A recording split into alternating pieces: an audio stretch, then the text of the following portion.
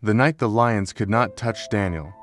Across ancient history, kings ruled with power, armies conquered nations, and empires rose and fell.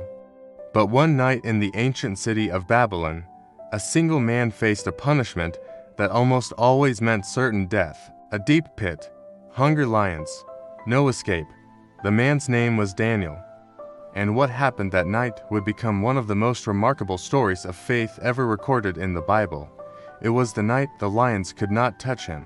Daniel's story began far from Babylon. He was originally from a kingdom of Judah, where he grew up among the people of Israel. But during a time of war and conquest, the powerful Babylonian Empire invaded Jerusalem. The city fell, its temple was looted, and many young people were taken captive and brought to Babylon.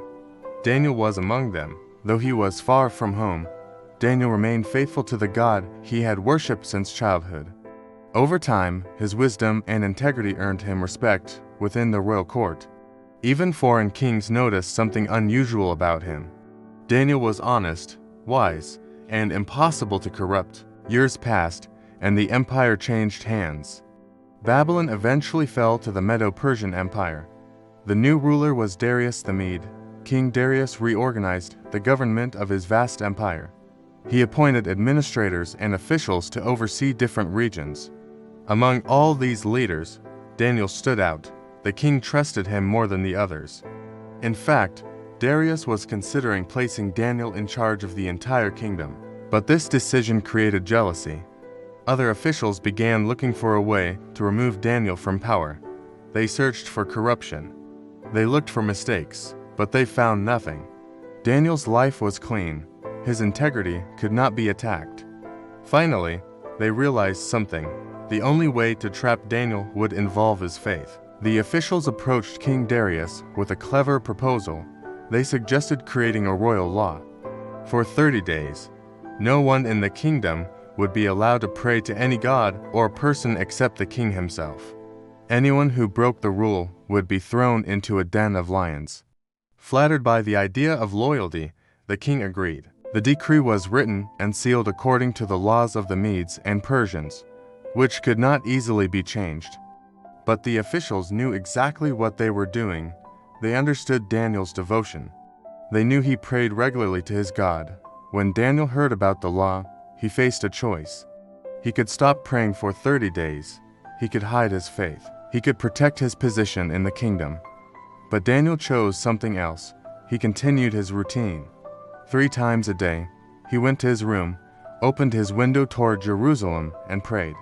Not secretly, not quietly, just as he had always done. The officials were waiting. They quickly reported Daniel's actions to the king. When King Darius realized what had happened, he was deeply troubled. He respected Daniel and did not want to punish him. All day long he searched for a way to reverse the law, but the decree could not be undone. As the sun began to set, the sentence had to be carried out. Daniel was brought to the lion's den. Before the stone was placed over the entrance, the king spoke to him. "May your God, whom you serve continually, rescue you." The stone was sealed. The lions waited inside the darkness. For King Darius, the night was unbearable. He could not sleep.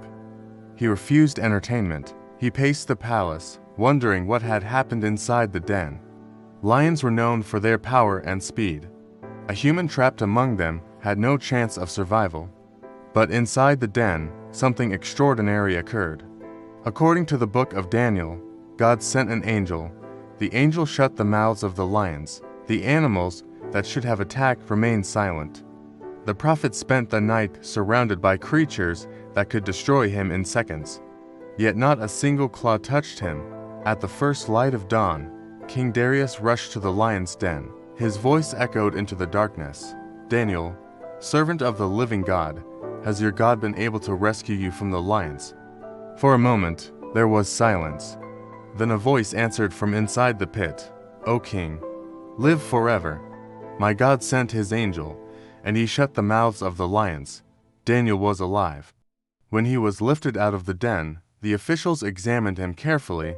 Not a single wound was found. The men who had plotted against Daniel were then thrown into the lion's den themselves.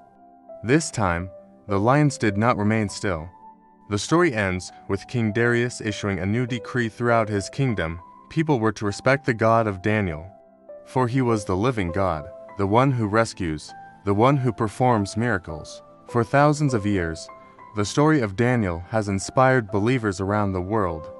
It reminds readers that faith is often tested during difficult moments. Standing for what is right can bring opposition. Integrity can attract jealousy, but the story also reveals something deeper. Even in the darkest places, faith can remain unshaken. The lions may roar. The pit may seem impossible to escape. But sometimes, when faith refuses to bend, even the lions remain silent.